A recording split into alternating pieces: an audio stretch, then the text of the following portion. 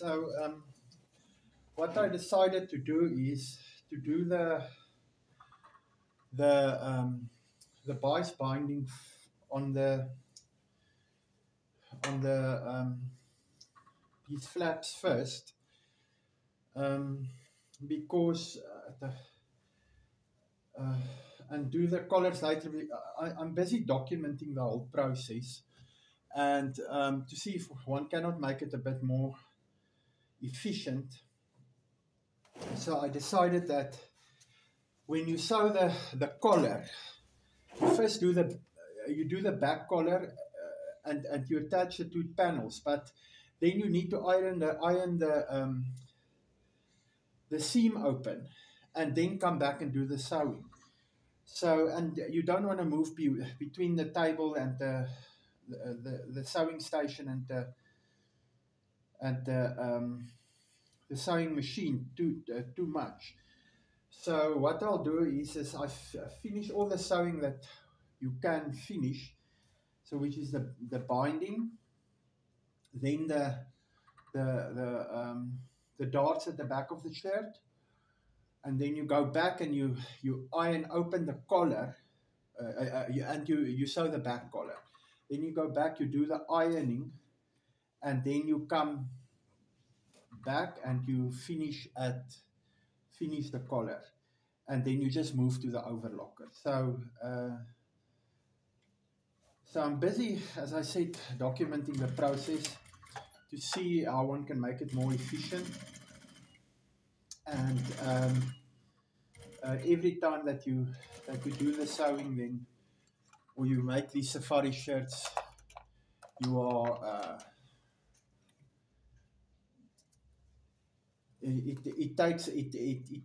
it's shorter. It makes the process faster. So this is what they look like, nicely, neatly rounded off. This flap is the front panel flaps are shorter than the back panel flaps, so it's 1 centimeter. So the back panel flap will now, when you close it and you finish it off, they will align nicely like this next to each other, and it looks nicely rounded off. So it takes a little bit longer to do the bias binding on the edge. You can overlock it as well, but I don't like it. It doesn't look good. So and you want to make it sort of more or less as neat and professional looking as possible. It's not, nothing is perfect in life, but you must at least try and see if you cannot make the, because you are selling it and people are paying for it, but it's not always possible to have everything perfect. This is not a large factory where they manufacture hundreds of these things. It is more personally made stuff, and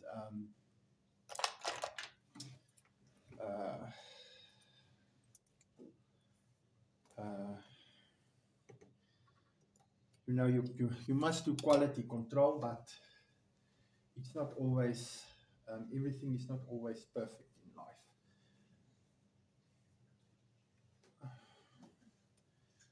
But the bias binding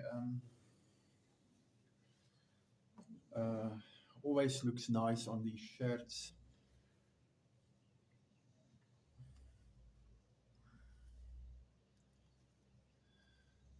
There's no particular way that I cut the bias binding.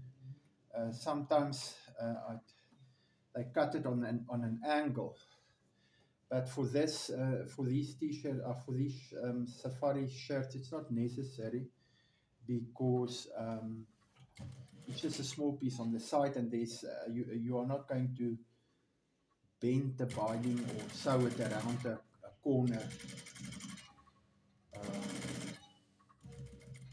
where it needs that little bit of stretch.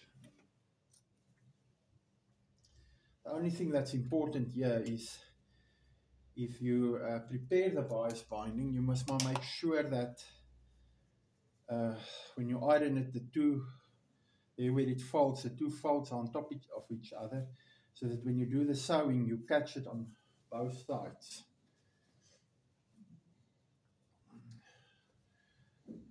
But we'll see how things are going in the summer when we sell these shirts and we get some feedback from people how they feel about the shirts.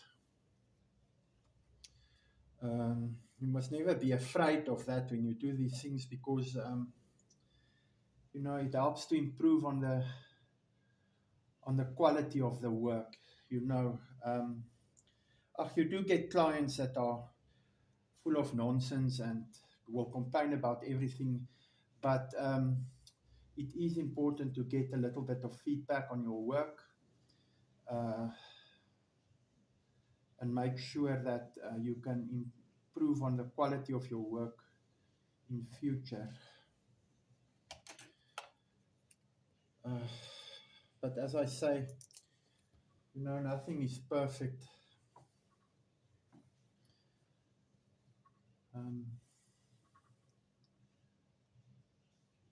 It's just important to make sure that you do your best and that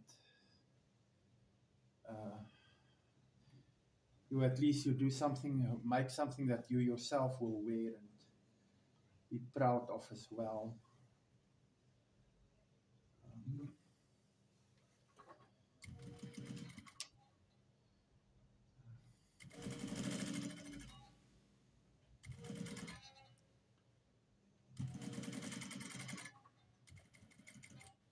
I think with the last batch of safari shirts that I made, I sort of finalized all the things that I didn't like with the previous batch. I finalized the collar, so I'm happy with the way that the collars are made, because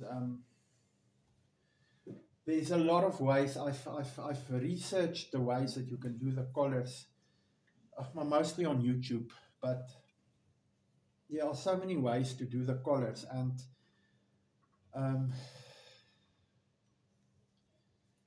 I'm not always happy with the way that, but I think it is better now the way that I do it. The problem I had with the collars initially was the front, the facing, the front facing, when you turn it over at the shoulder. I didn't like the fact that it was not integrated into the shoulder seam. And then I watched some other videos and I checked a few other stuff, and okay, eventually I managed to do something that I feel, you know, looks good.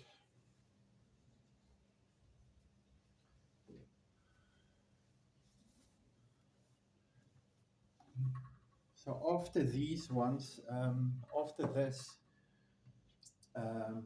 I'm going to finish up the collar, and then I think we are finished with the top stitching of everything. I think it's just the collars that are left, and to finalize them, and then I think we can start putting the pockets on and do the pockets and finish up the shirt.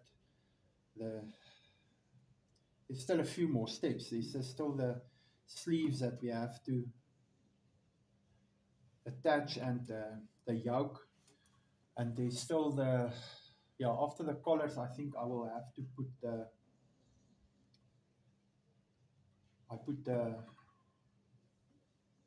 the tags on the yokes.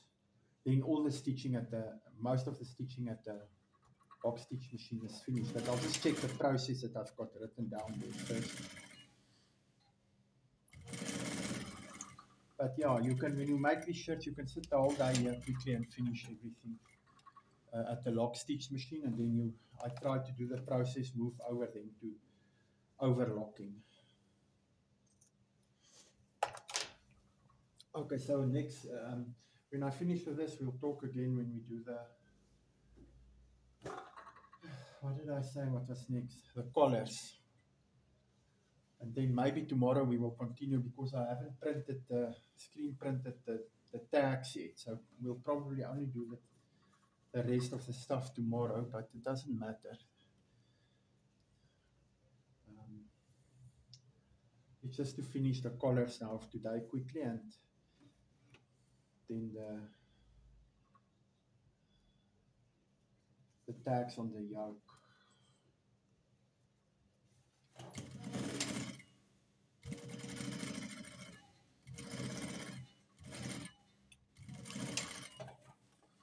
Now with this bias binding and even the waistband, I was always very careful to make sure that the stitch gets done right on the edge of the bias binding. But then I realized with these shirts, it actually looks better if you just sew the stitch a little bit more in. And then it's also easier to catch it at the back.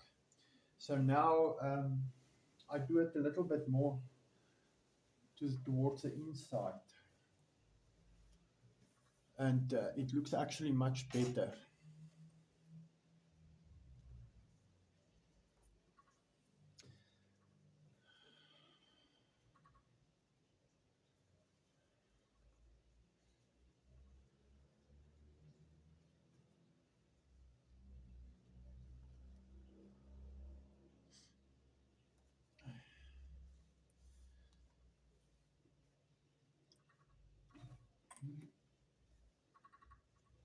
And everything is nice there.